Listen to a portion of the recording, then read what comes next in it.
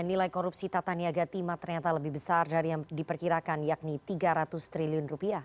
Setelah pemeriksaan yang dilakukan Kejaksaan Agung, ex-Dirjen Minerba Bambang Gatot Aryono ditetapkan menjadi tersangka dalam kasus dugaan korupsi Tata Niaga Komoditas Timah.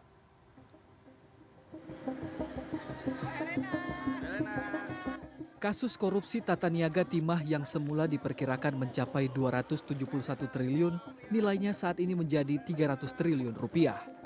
Jumlah tersebut mencakup harga sewa smelter, pembayaran biji timah ilegal, dan kerugian negara akibat kerusakan lingkungan. Hal ini disampaikan Jaksa Agung ST Burhanuddin pada Rabu siang di Gedung Kejaksaan Agung Jakarta. Diketahui kerugian negara dalam kasus dugaan korupsi Tata Niaga Komoditas Timah wilayah izin usaha pertambangan PT Timah terjadi antara tahun 2015 sampai tahun 2022. Hari ini saya kedatangan Kepala BPKP dengan acara tunggal adalah penyerahan hasil perhitungan kerugian negara untuk perkara timah.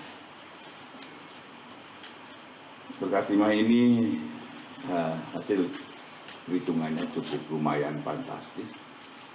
Yang semula kita perkirakan 271 dan ini adalah mencapai sekitar 300 T. Bukti yang kemudian sampai pada kesimpulan adanya kerugian keuangan negara sebesar 300,003 triliun. Berupa apa saja? Yang pertama adalah kemahalan harga sewa smelter oleh PT Timah sebesar 2,285 biji timah ilegal oleh PT Timah kepada mitra tambang PT Timah sebesar 26,649 triliun.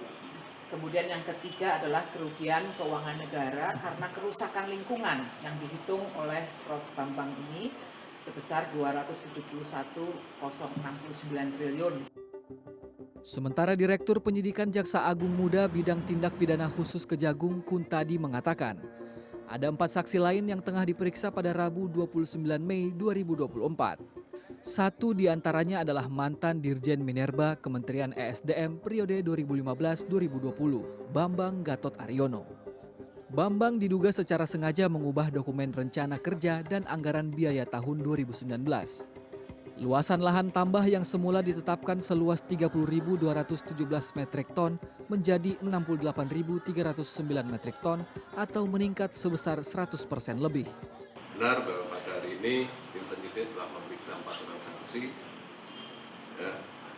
sehingga total saksi yang kami periksa di dalam perkara ini sudah mencapai 200 orang. Salah satu dari 4 orang tersebut yaitu BGA, saudara BGA, berdasarkan alat bukti yang cukup, kami tingkatkan statusnya sebagai tersangka. Beliau ditetapkan dalam kapasitas sebagai